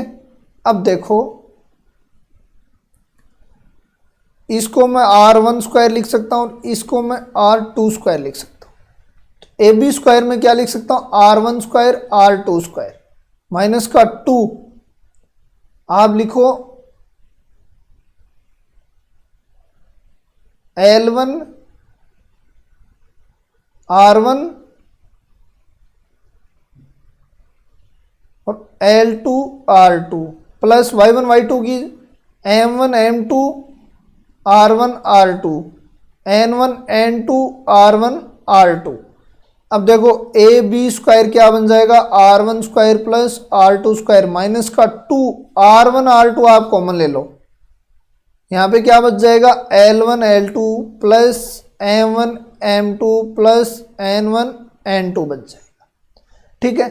हमने वेक्टर में भी पढ़ी है कि ए बी स्क्वायर क्या होता है भाई R1 square R2 square minus 2 R1 R2 cos theta. तो दोनों का कंपैरिजन करो, कंपैरिजन करोगे तो क्या हो जाएगा cos theta is equal to L1 L2 M1 M2 N1 N2 आपके सामने आ जाएगा। दोबारा से देखो ये दो लाइन है, इनके बीच में ये पॉइंट 0 0 है, ठीक है। दूरी R1 है, दिक् को जाए L1 R1 है, ये कोऑर्डिनेट x1 y1 z1 है। दूसरी का B पॉइंट है x2 y2 z2 कोऑर्डिनेट है, दिक् को जाए L1 L2 M2 N2 है, दूरी R2। ये संबंध हमने पता है क्योंकि x बराबर क्या होता है RL, y बराबर MR, ठीक है, और z बराबर NR। ये हमने पीछे निकाला है, कोस लेके पीछे निकाला था, वही है भाई। R कोस एल्फा है, L कोस एल्फा की जगह मैंने L लिख दिया और कोस बीटा की जगह मैंने M लिख दिया और कोस गामा की जगह N लिख दिया, यही है। ये मैंने इस इक्वेशन में AB निकाली, मैंने AB निकाली तो ये पुट कर दिया। पुट करने के बाद में आपके पास ये आएगा, ठीक है। ये x1 पुट किया, पुट करने के बाद में R1 R2 कॉमन ले लिया। यहाँ पे हम कोस थीटा लिखते हैं, वो गायब है और उसकी जगह क्या है, उसकी जगह कुछ न कुछ और वैल्यू है, कुछ न कुछ और वैल्यू है। इसका मतलब कोस थीटा की जगह ही ये वैल्यू है। तो L1 L2 M1 M2 N1 N2 equal to क्या हो जाएगा कोस थीटा। अब थीटा इक्वल टू 90 डिग्री हो, मोस्ट इंपॉर्टेंट प्रॉपर्टी है। तो ये तो 0 बराबर L1 L2 plus M1 M2 plus N1 N2, ठीक है। ये इंपॉर्टेंट है, डायरेक्ट ये एग्जाम में पूछते हैं, तो ये ध्यान में रखना बस। तो ये आ गया साइन थीटा का आप निकाल लेना क्योंकि कोस थीटा हो गया। और यदि समांतर हो, यदि थीटा इक्वल टू 0 डिग्री हो तो L1 बट्टा L2 बराबर M1 बट्टा M2 N1 बट्टा N2 हो जाएगा, ठीक है। इसी प्रकार दिक् अनुपात में हो, मान लो दिक् अनुपात का इसने दिया नहीं है क्या,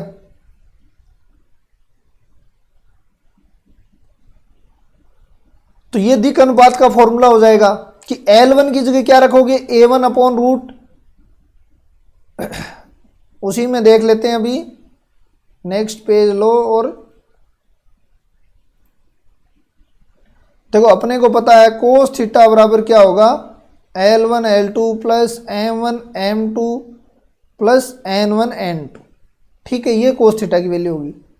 अब दिक् अनुपात में करना है तो कोस थीटा L1 की जगह क्या रखोगे A1 और L2 की जगह A2 upon root A1 square B1 square C1 square root A2 square B2 square C2 square, ठीक है। इसी प्रकार ये तो लघुत्तम आ जाएगा, B1 B2 C1 C2 कर सकते हो। अब थीटा बराबर 90 degree, then A1 A2 plus B1 B2 plus C1 C2 is equal to 0। Theta is equal to 0 degree, A1 upon A2 बराबर B1 अपॉन B2 बराबर C1 अपॉन C2।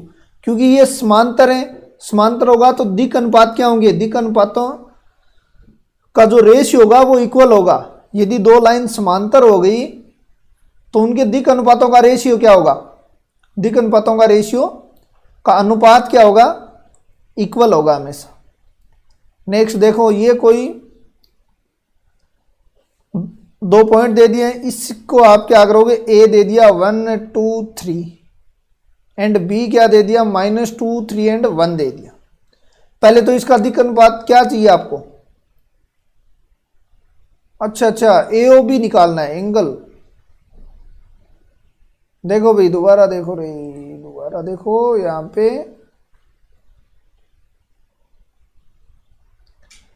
एंगल निकालना है अपने को। ये कोई पॉइंट ए है, ये कोई पॉइंट बी है, 1 2 3 एंड -2 3 1। अब ये देखो आप, ये एंगल आपको चाहिए, ये एंगल चाहिए आपको, तो कोस थीटा की जगह ये पहले तो दिक् अनुपात निकाल लो इनका, इनको मिला और दिक् अनुपात निकाल लो इसका, तो दिक् अनुपात तो सेम ही हो जाएंगे, 1 2 3 हो जाएंगे और -2 3 1 ही हो जाएंगे, क्योंकि 0 और इस पॉइंट से ले रहे हो तो दिक् अनुपात तो ये हो गए। अब दिक् अनुपात आपके पास आ गया, तो cos theta is equal to A1 A2 plus B1 B2 plus C1 C2 upon root A1 square plus B1 square plus C1 square हो गया। दूसरा A2 square B2 square plus C2 square हो गया। तो ये दिक् अनुपात हो गए। अब रखो, ये तो आपका A1 B1 C1 है और ये A2 B2 C2 है। रखना, ये रख के कैलकुलेशन करना, आपका आंसर हो जाएगा। ठीक है, तो देखो cos theta is equal to 1 into -2 2 into 3 3 into 1 upon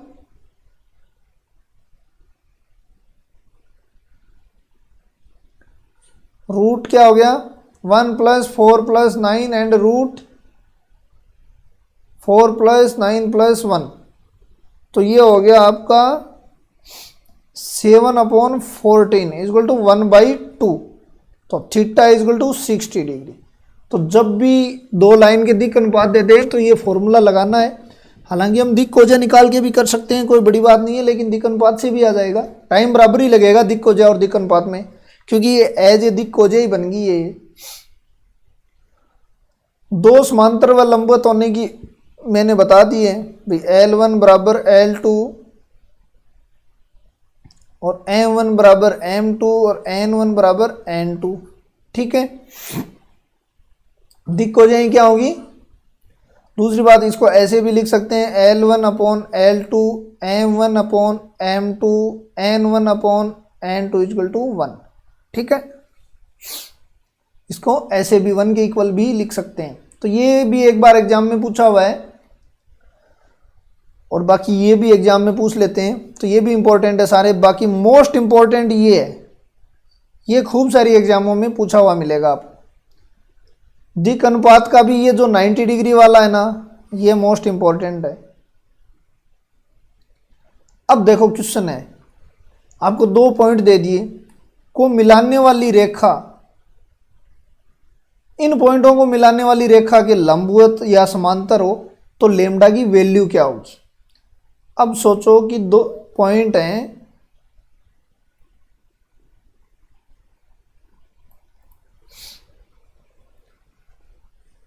एक तो रेखा ये है जिसका एक पॉइंट 103 है, दूसरा पॉइंट 012 है। तो इसका तो हम दिक् अनुपात निकाल सकते हैं। क्या हो जाएगा दिक् अनुपात, दिक् अनुपात हो जाएगा -1 1 एंड -1। ठीक है, दूसरी लाइन देखो, ये मान लो समांतर या कैसे भी है, लंबवत, अपने को दिक् अनुपात चाहिए, बात यही है। तो 0 3 एंड -1, लेमडा 1 एंड 1, तो इसके अधिक अनुपात क्या हो जाएंगे, लेमडा -2 एंड 2। ठीक है, अब लंबवत होगी तो ये तो क्या हो गया आपका A1 B1 C1, ये A2 B2 C2, A1 A2 लंबवत है तो A1 A2 B1 B2 plus C1 C2 equal to 0। तो lambda into -1 -2 into 1 2 into -1 equal to 0। तो लेमडा इक्वल टू कितना आ गया भाई, -4। यदि लंबवत है तो -4 आ गया। अब यदि समांतर है, क्या है ये, समांतर है, समांतर है तो क्या हो जाएगा, देखो रेशियो इक्वल होगा तो -1 अपॉन लेमडा बराबर 1 अपॉन -2, माइनस से तो माइनस काट दो, लेमडा बराबर 2 हो गया। यदि समांतर होगी तो 2 आएगी, लंबवत होगी तो -4 आएगी। ये फॉर्मूला लगाना और आपका काम हो जाएगा। त्रिभुज का क्षेत्रफल इंपॉर्टेंट है, फर्स्ट ग्रेड में तो मेंशन किया हुआ है सिलेबस में कि एरिया ऑफ ट्रायंगल निकालना। तो पहले तो देखो ये कोई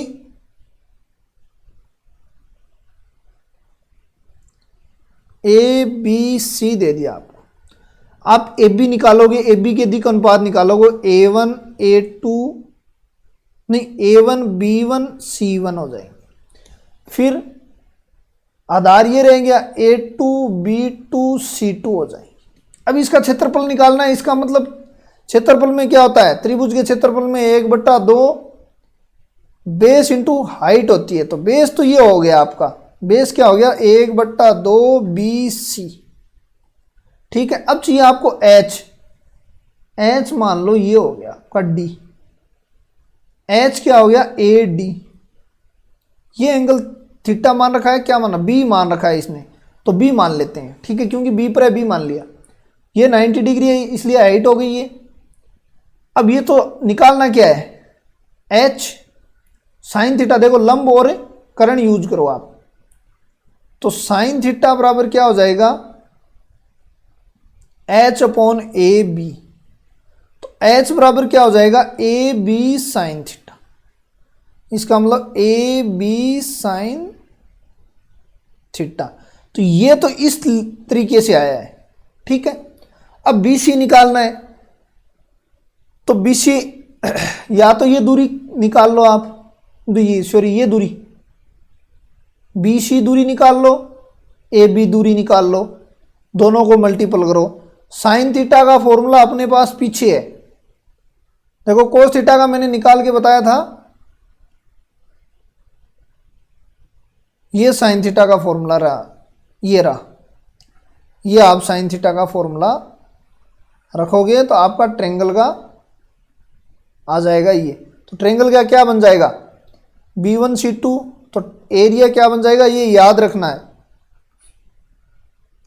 देखो B1 C2 minus C1 B2 का whole square plus A2 B1 minus B2 A1 का whole square and A2 C1 minus C2 A1 का होल स्क्वायर। तो ये आपको दिक अनुपात में ये एरिया याद रखना आपको, बाकी ये निकाल सकते हो पीछे, कोई दिक्कत नहीं है। अब ये आपके पास त्रिभुज आ गया, तो त्रिभुज को देखो, पहले तो इसका दिक अनुपात निकालना पड़ेगा अपने को। ए बी सी, ए क्या है 1 2 0 2 0 1 एंड 0 2 2। ए आपको क्या चाहिए ए बी सी चाहिए, मतलब ए बी निकालो, दिक अनुपात क्या हो जाएगा 1 2 -1।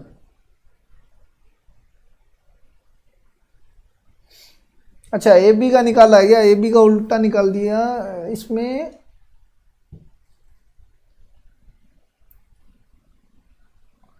टू 0 1 हमने तो BC का निकाल दिया, AB का निकाल नो BA का निकाल दिया ना, BA का AB का निकाल लो, ए बी का क्या हो जाएगा, ए बी का देखो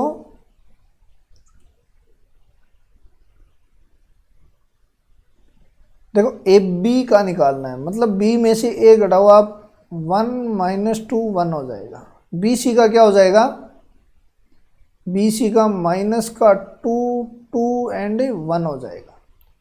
तो अपने फॉर्मूला क्या है, root B1 C2 minus C1 B2 का होल स्क्वायर ट्रेंगल का एरिया का, plus A1 B2 minus A2 B1 का square plus A2 C1 A1 का होल स्क्वायर। तो ये लिखना है, ये वैल्यू पुट करेंगे हम। तो देखो 1/2 B1 क्या है, मल्टीपल करेंगे तो -2 का होल स्क्वायर प्लस -2 -1 का होल स्क्वायर प्लस 2 - 4 का होल स्क्वायर। तो ये क्या हो जाएगा 1/2 √29। तो पहले दिक् अनुपात निकालने आपको ये गौर करना पड़ेगा। फिर दिक् अनुपात ही है ये ABC, इसमें एरिया का फॉर्मूला है, उसमें डायरेक्ट रखना है। दो बिंदुओं को मिलाने वाले रेखाखंड का किसी रेखा पर प्रक्षेप, ये कोई रेखा है, इंपॉर्टेंट है, यहां से क्वेश्चन भी पूछ सकते हैं। ये कोई P एंड Q, इसका प्रक्षेप चाहिए अपने को। तो इसका प्रक्षेप तो मैंने बता दिया, ये प्रक्षेप बनेगा ऐसे,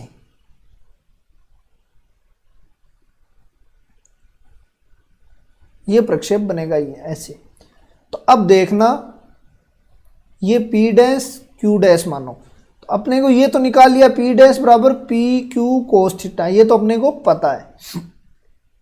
तो ये क्या हो जाए x1 y1 z1 और ये x2 y2 z2, ठीक है। PQ दूरी निकालो आप, और यहां से ये देखो आप, ये P डैश Q डैश है और ये थीटा है। तो कोस थीटा क्या हो जाएगी भाई,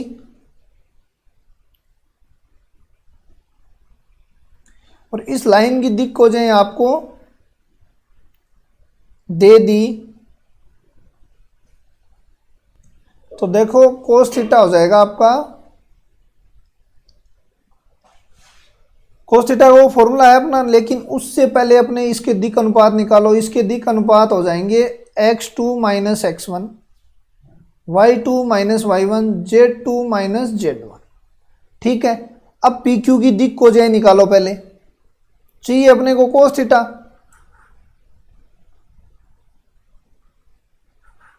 PQ की देखो, PQ के दिक् अनुपात तो ये हो गए,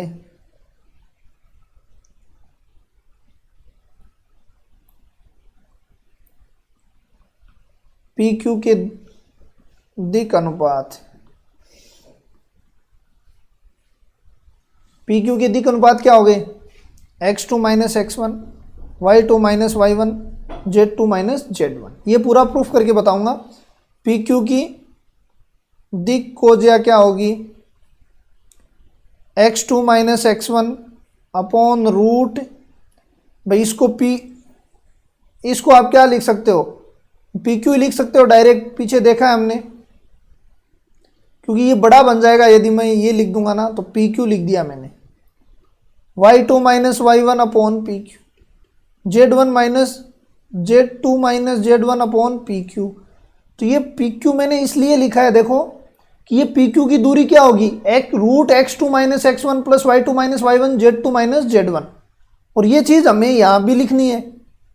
तो मैंने इसकी जगह क्या लिख दिया, डायरेक्ट ही PQ लिख दिया। अब देखो कोस थीटा बराबर क्या होता है, तो ये दिक् को क्या होगी L1 L2 M1 M2 plus N1 N2, ये कोस थीटा है। अब एक लाइन की दिक् को जो तो अपने पास L M N पहले दी हुई है या दी हुई होंगी, दूसरी की हमने इन पॉइंटों से दिक् को जो निकाल ली, तो इसको क्या लिख दूं मैं, L2 M2 N2 लिख दूं। तो अब लिखो आप पी डैश क्यू डैश बराबर P Q cos theta. P dash Q dash बराबर क्या हो गया, पी क्यू। ठीक है, कोस थीटा की जगह मैं क्या लिख दूं, देखो पी क्यू सब में कॉमन आएगा, L into X two minus x one upon P Q. L one की जगह तो एल था, एल टू की जगह X two minus x one upon P Q. M बराबर Y two minus Y one upon P Q. N upon Z two minus Z one upon P Q. P Q common लेके यहां से cut कर दो आप। ठीक है, तो अपना main formula p dash Q dash बराबर क्या बन जाएगा, l x two minus x one plus m Y two minus Y one plus n Z two minus Z one. तो ये आपका मेन फॉर्मूला बन गया और ये डायरेक्ट ही याद करना है, प्रूफ करने की किसी को आवश्यकता नहीं है। अब ये आपको डायरेक्ट ही याद करना है और डायरेक्ट ही आपका काम हो जाएगा। ठीक है, क्योंकि अब आपको नहीं तो दिक् खोजियां निकालनी है। आपको क्या करना है, एक लाइन की तो दिक् खोजियां देगा अगला, तो एल एम एन लिख देना। दूसरा पॉइंट को माइनस करके ही लिखना है, नहीं कि दिक् अनुपात निकल, हालांकि ये दिक् अनुपात ही निकल जाएगा आपका। ऐसा मान लो कि पूरा मतलब डिटेल में नहीं करना है। P dash Q dash L x two minus x one M Y two minus Y one N Z two minus Z one ही करना है। मतलब इन दोनों का अंतर और एल एम एन का साथ मल्टीपल करना है। तो हमने कैसा, पहले तो ये कर रखा है, हमने पूरा बताया आपको कि ये थीटा है तो ये पी डैश क्यू डैश ही हो जाएगा, ये पी क्यू कोस थीटा ले लिया। अब अपने को दिक् खोजिया चाहिए, क्योंकि कोस थीटा में या तो दिक् अनुपात होना चाहिए आपके पास या फिर दिक् खोजिया होनी चाहिए। इसकी दिक् खोजिया निकाल रखी है तो फिर इसकी भी दिक् खोजिया निकालो, क्योंकि दो लाइन ही तो हो गई ये, एक तो ये लाइन और एक ये लाइन, इनके बीच का ही तो एंगल निकाल रहे हैं हम। तो ये कोस थीटा हो गया। नेक्स्ट, अब देखो यदि एक्स एक्स के लिए एल बराबर, हाँ यदि ये लाइन कोई एक्स एक्स हो और ये कोई क्या है लाइन है थीटा बना रही है, तो इसकी दिक् खोजिया तो 1 0 0 हो जाएगी। इसका मतलब कोस थीटा क्या हो जाएगा भाई, l x two minus x one M Y two minus Y one N Z two minus Z one. तो इसकी दिक् खोजिया क्या है, 1 0 0 हमने पहले प्रूफ भी किया है। तो 1 x two minus x one plus zero plus zero. इसका मतलब जब भी एक्स एक्स की बात आए तो एंगल कितना हो जाएगा, ए भाई कोस थीटा कितना हो जाएगा, पी डैश क्यू डैश कितना हो जाएगा, x two minus x one. ठीक है, पी डैश क्यू डैश। ठीक है, तो एल बराबर x two minus x one. इसी प्रकार आप यदि ये वाई एक्स के सापेक्ष थीटा एंगल बना रही है तो 0 1 0, तो वो y two minus Y one हो जाएगा। इसी प्रकार यदि जेड के साथ बना रही है तो z two minus Z one हो जाए। ठीक है, तो ये चीज़ आप ध्यान में रखना और इसके अकॉर्डिंग एक दो क्वेश्चन कर लेते हैं हम। अब आपको क्या दिया, दो बिंदुओं को मिलाने वाली रेखा खंड का उस रेखा पर प्रक्षेप ज्ञात करना है जिसकी दिक् खोजें क्या है, 2 1। तो इसका एल एम एन दे दिया, ये x1 y1 z1 x2 y2 z2 है। तो निकालो x2 माइनस x1 बराबर x1 माइनस x2 बराबर क्या हो जाएगा,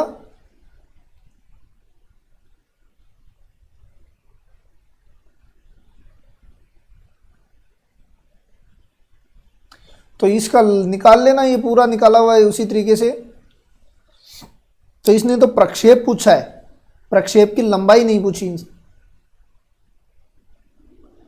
नेक्स्ट क्वेश्चन ये हो ही गया, एक्स एक्स पे प्रक्षेप x2 minus x1 y2 minus 1 और z2 माइनस z1।